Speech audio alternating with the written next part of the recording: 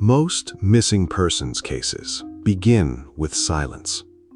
Someone doesn't come home. Someone doesn't answer their phone. Someone simply isn't there anymore. But Brandon Swanson's case begins differently. It begins with a phone call, a real, live, ongoing conversation between a missing young man and his father that lasted nearly 50 minutes. And then, mid-sentence, mid-word, the call goes dead, and Brandon Swanson is never heard from again. No scream, no struggle, no final words. Just a voice, and then nothing. Tonight, we're going back to Marshall, May 14th, 2008, and we're following the last known moments of a 19-year-old college student who vanished during a phone call with his own father. Who was Brandon Swanson? Brandon was 19 years old, a freshman at Minnesota West Community and Technical College in Canby. By the accounts of everyone who knew him, friends, family, classmates, he was a normal, grounded young man. Not troubled, not running from anything, not the type to disappear. He grew up in Marshall, Minnesota, a small Midwestern town where everybody knows everybody. Brandon liked the outdoors. He was close with his family, especially his parents, Annette and Brian Swanson. The kind of kid who called home. And on the night he disappeared, that's exactly what he did. He called his parents. The night of May 14th, 2008. It was a Wednesday night. Brandon had been out with friends near Lynn.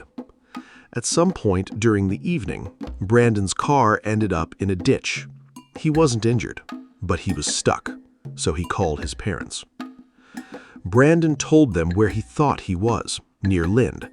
His parents immediately drove out to find him. But when they arrived at the location Brandon had described, he wasn't there. Brandon called again.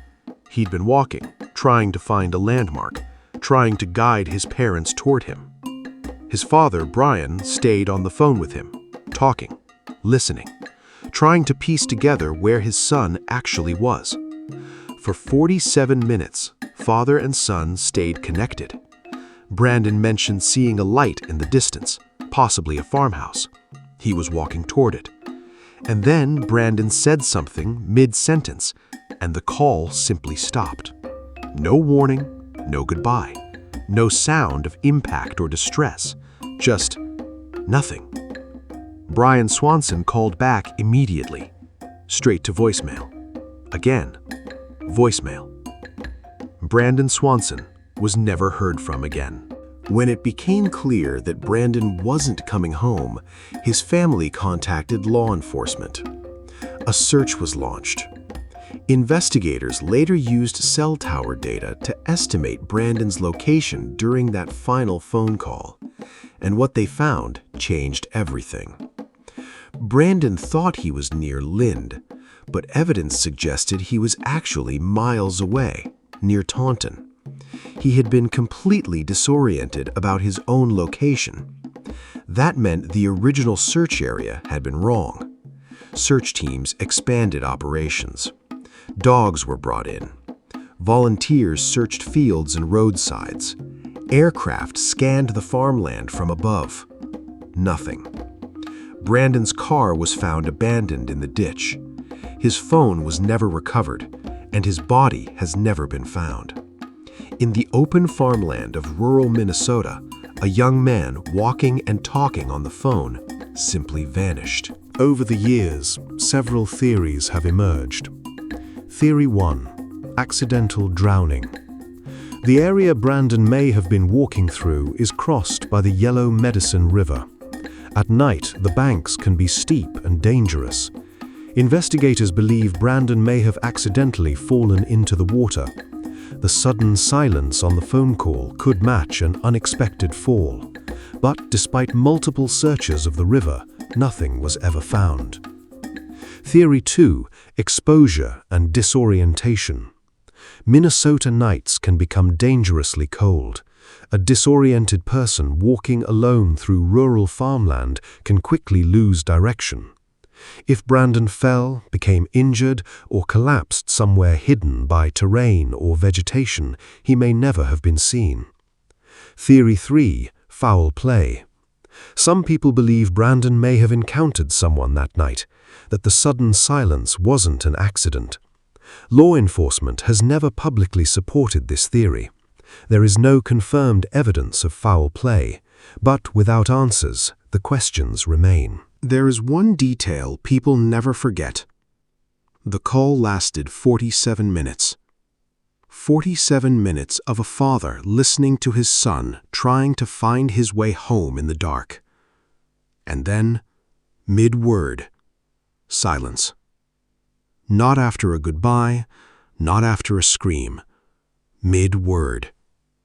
Whatever happened to Brandon happened instantly, without warning. Brandon Swanson later described the moment he realized something was wrong. Standing in the dark rural roads of Minnesota, calling his son's phone again and again, getting nothing back except voicemail, knowing something terrible had happened, but not knowing where to even begin searching. On May 14, 2008, a 19-year-old man in rural Minnesota called his parents for a ride home. For 47 minutes, Brandon Swanson was walking, talking, and alive. And then, mid-sentence, the line went dead. No scream, no struggle, just sudden, absolute silence. While his baffling disappearance sparked the 2009 passage of Brandon's Law, ensuring authorities immediately search for missing adults, the central mystery remains unsolved. No body or definitive explanation has ever been found. Today, Brandon would be in his mid-30s, yet somewhere in that dark farmland, the truth is still waiting.